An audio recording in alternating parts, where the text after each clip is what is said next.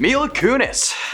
What a menace. Welcome to Beyond the Screen, I'm Nate, and these are 10 celebrities who tried to warn us about Mila Kunis. Number 10, Mark Wahlberg. Ted was a massive hit when it came to theaters in 2012, a film about Mark Wahlberg and his sentient teddy bear drinking no-no juice and partying with Flash Gordon. It's genuinely hilarious, and I was stoked when a sequel was announced in 2015. There was one notable difference though between the first and second film. Apart from the second film feeling like an extended episode of Family Guy, there was also a new face taking the place as Mark's love interest. Amanda Seyfried was brought in to replace Mila Kunis' character for the first film. At the end of the first Ted, Mila and Mark are able to patch things up and seem to be heading towards a happy, healthy relationship. However, when the offer for a sequel came to the table, the tone was shifted. For personal reasons like, being pregnant when principal photography on the project began, the creator and voice of Ted still works with Mila to this day, as she's still the voice of Meg on the show Family Guy even after all these years. Mark Wahlberg actually blames Mila partly for the low score on the film as well as the loss of millions of dollars from the budgets. Now, not like, oh Mila, you menace, how could you? It's more like, if Mila was in the movie, maybe it wouldn't have been so bad. I know, stupid babies being born, right? That's a direct quote from Mark Wahlberg. I'm just kidding, it's not. Number 9, Macaulay Culkin. The star of some childhood favorites like Home Alone and Richie Rich was actually dating Mila Kunis for a while, almost 10 years to be specific, but they had a really nasty split in 2011. Kunis actually blames herself, telling the hosts of the Armchair Experts podcast that she took time when she was single to try and piece together what happened and why she did it. While she never confirmed what exactly went down, the split came in 2011, and it was around the same time that Ashton Kutcher and his wife, Demi Moore, started having problems. There are heavy rumors out there suggesting that Mila cheated on Culkin with Ashton. The accusations came as a surprise to many people, as only 2 years before Mila and Macaulay split, she had gushed about him to Women's Health, telling him she found a steady rock in her life and that he was all she needed. The split was messy, and while there was no confirmation on what happened, the outcome left both parties uninterested and annoyed with each other. If she didn't cheat on him, I don't know what happened. Maybe she tried to rob his house while his parents were gone, or let him get stung by a bee. Who knows? Alright, one more. Maybe she tried to rob his family's fortune from a vault carved into a mountain of their faces, but it turned out that the treasure was really family all along. Maybe. Number 8, cast of Bad Moms. Bad Moms is one of the more memorable movies that Mila Kunis ever made, starring herself, Kristen Bell, and Kathryn Hahn as the leading moms of the movie. Fun fact, the cast for this film was almost very different and was also going to be directed by someone completely different. Before the project was given to Mila Kunis and the directors John Lucas and Scott Moore, it was actually in the hands of Judd Apatow and his wife/leading lady, Leslie Mann. They decided to drop the project altogether, and it was eventually greenlit with an entirely new cast. But even with Mila involved, the cast continued to change. Women were agreeing and quitting over and over again, and eventually the final 3 were selected. Mila says that it might have been a sign of women not helping each other in Hollywood, or maybe the script was bad and there was no confidence in the project. It's probably that one. Number 7, Ashton Kutcher. Ashton was doing okay for himself in life, taking time away from acting to be with his family. However, earlier this year, himself and his wife Mila decided to support their That 70s Show co-star Danny Matheson as he was being brought to trial for mistreatment charges stemming back to 2004. Ashton and Mila said terrible things in support of this man, claiming that he was someone to look up to and that they loved him. Ashton and Mila have been controversial for a long time, since the moment that it was speculated that Ashton left Demi Moore for Mila. Ashton was also a founder of an organization whose goal was to aid those suffering from mistreatment and trafficking,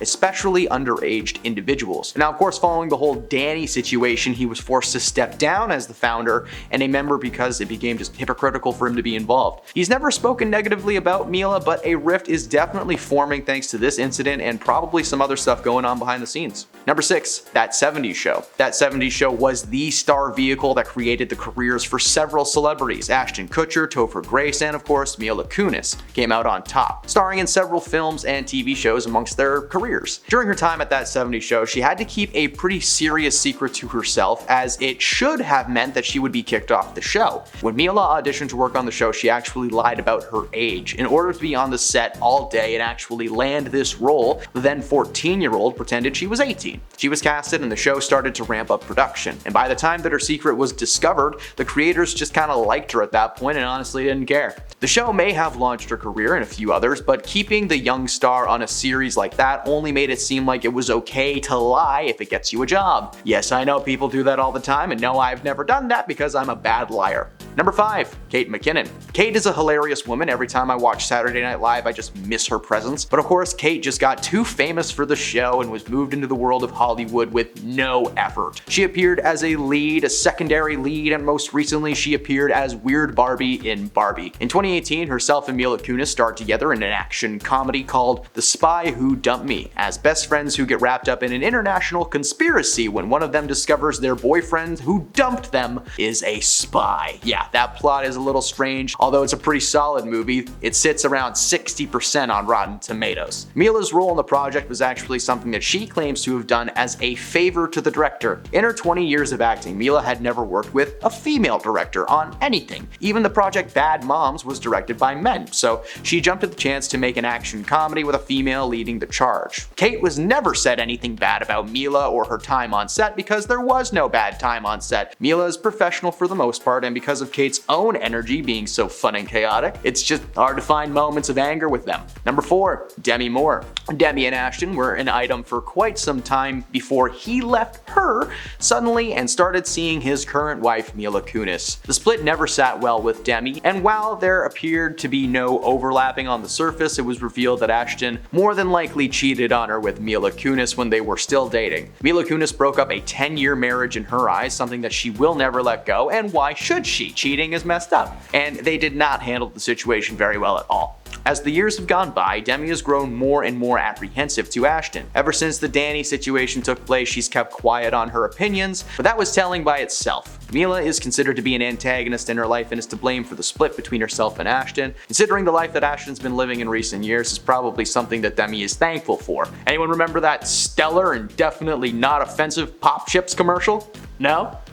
Google it. Number 3. Jessica Biel. Jessica is currently married to Justin Timberlake from NSYNC, who is already going through his own set of public issues, but it turns out that Mila and Justin did not just star in the movie Friends with Benefits, they were actually friends with the Benedicts. The Benefits. In 2011, the two had apparently developed a secret love despite Justin being with Jessica Biel at the time. They actually ended up splitting up not long before the film was released in theaters. Although the two always insisted that they were just friends, according to on-set sources, they were inseparable during the weeks leading up to the film's release. It makes perfect sense that Jessica wouldn't want another woman being interested in her man even if they weren't together. What's worse about the situation is that Mila and Jessica both auditioned for the leading role in Friends with Benefits, but Jessica was rejected. Even after Mila moved on to Justin and Jessica got back together with Justin, there was still a lot of bad energy between them that seems to exist to this day. Number 2. Netlfix. For those who missed it, Mila starred in a little movie called Luckiest Girl Alive as the leading lady. It follows Mila as a woman in New York who seems to have everything together, but a traumatic experience unravels her life. The thing with this film is it feels like the studio just didn't really care about it. There were a few big name actors in the movie, with Mila being the person with the most experience, and I personally know that the set of this film just had a lot of bad energy surrounding it. I got to work for these guys for like 3 days a couple years ago, and it was the longest 3 days of my life. I signed an NDA, so I can't tell you all the stuff I saw or experienced personally, but considering the low budget, the low advertisement, and the terrible set,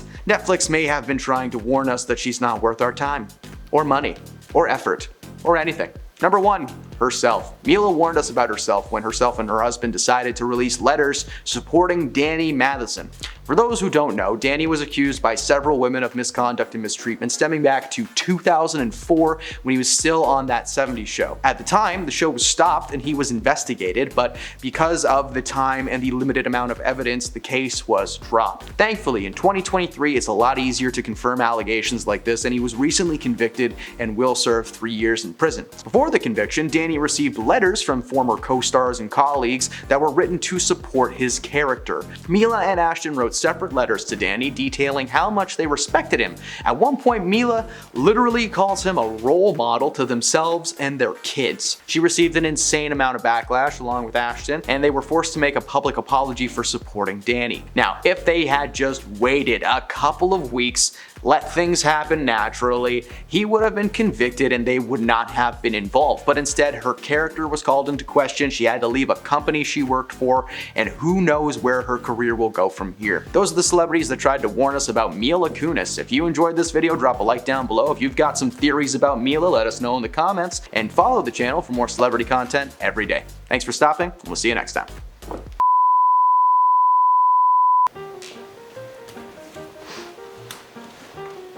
Right.